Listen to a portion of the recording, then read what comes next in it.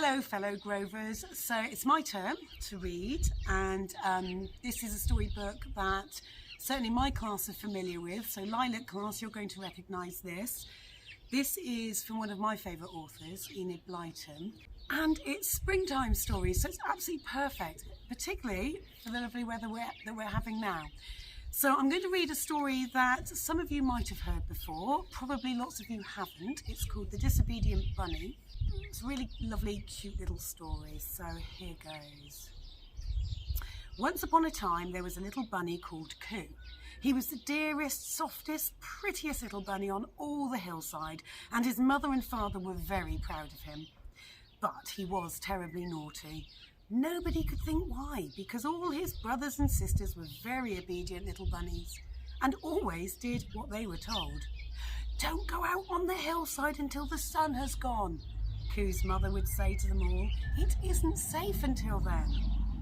And they would rub their wet little noses against her soft sides and say, "No, mother, we won't." All except Coo. He wouldn't promise not to do anything, just in case he should find he wanted to do it after all. And his mother would suddenly look round and say, "Where's Coo?" Nobody knew. He had slipped off along the dark little passage and up into the soft, fresh air of the hillside. His mother would fetch him back and scold him and tell him a big man would come and shoot him, but he didn't seem to care a bit. But one day something happened to Coo, and I'll tell you what it was. That morning, very early, he and his brothers and sisters and mother and father were all sitting on the grass, busily washing themselves. Coo finished first, and he sat up straight on his hind legs and looked at the country which lay all around. He had never been allowed to go any farther than a short distance around about his hole, but now he felt very curious to know what the world was like a bit farther off. Away down at the bottom of the hill stood a wood, cool and green in its early summer dress. Coo thought it looked really lovely. "Mother," he said, "may I go down there?" "Good gracious, no, whatever next?" said his mother in surprise. "Why not, mother? Why can't I go?" he asked. "Because it's too far from our hole," said his mother. "You'd get lost, and then a man would catch you." "What would he do with me?" asked Coo. "He would cook you and eat you," answered his mother. "What does cook mean?" asked Coo, who never ate anything but raw grass. "You'd be put into a big pot with water in and hung over a fire till you got hotter and hotter and were ready to eat," said his mother, getting tired of his questions. "It's terrible to be cooked, so I've heard. Now it's time to go in, and remember, all of you, never go down to the wood until you are big and strong enough to look after yourselves properly." Now Coo felt quite certain that he was old enough to look after himself, and he longed to know what was down in that lovely, cool-looking wood. How nice it would be to lie there, hidden in the grass all day, instead of being down in our stuffy hole, he thought. And the disobedient bunny waited until no one was looking, and then off he went. He scurried down the hillside in the sunshine, his little bobtail gleaming white as snow. At last he came to the wood. It was very cool, very shady, and very green. The grass tasted most delicious. Little shoots of bracken were growing up here and there, and Coo ate those too, and thought how silly his mother was to say he was not to leave his home. "When I've had enough to eat, I'll lie down under that bramble bush," said Coo to himself. "It smells nice and it would be lovely to sleep in the open air." Soon he had eaten so much that he really couldn't nibble another blade of grass. He wriggled beneath the brambles and found a nice, soft, dry bed for himself. "I wish the others were here," said Coo, suddenly feeling a bit lonely.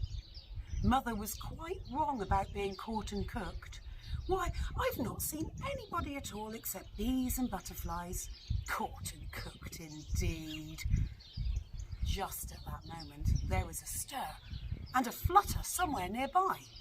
And you'll never guess what the poor little bunny heard someone say. "Cook, coo, cook, coo, cook, coo." Coo could hardly believe his ears. Cook Coo? Cook him? How dreadful! Somebody must have seen him. Then his mother was right after all. Coo lay still and listened. There it was again, nearer this time. Cook Coo, cook Coo. Coo dashed out from the bramble bush and fled, trembling through the wood. He came to a low hazel bush and hid himself there. But there was somebody else near there, saying the same thing. Cook Coo, cook Coo. Off went Coo again, as frightened as could be. But oh dear, the woods seemed to be full of people telling each other to cook Coo. First one called it out, then another, and whichever way Coo turned, he heard it. I don't want to be cooked, he wept. I'm only a wee bunny. Don't cook me, I want to go home. Cook Coo, cook Coo, cook Coo, said somebody in the trees nearby. Then Coo suddenly saw the hillside he had scampered down earlier in the day. What a piece of luck! Up he went, faster than he had ever scampered before, longing to reach home before anyone could cook him. And behind him, he heard, cook Coo, getting fainter and fainter. His mother was waiting anxiously beside the hole, looking for her naughty little bunny. She was very glad to see him and could hardly bear to scold him and tell him off. She was so happy to have him again. Coo told her all about his dreadful adventure. They kept calling out to each other to cook me, he said. Wasn't it horrible of them, Mother? If I hadn't run very fast indeed, they might have cooked me, mightn't they? I'll never be disobedient again, never. Coo didn't know what his mother was smiling at, but I expect you do. Wasn't he a silly little bunny to be frightened by the cuckoos? But still, he was never disobedient again. So his adventure did some good, after all. Well, that's a really nice little story because it makes you think, doesn't it, that maybe we should listen, particularly when our mothers tell us to do something.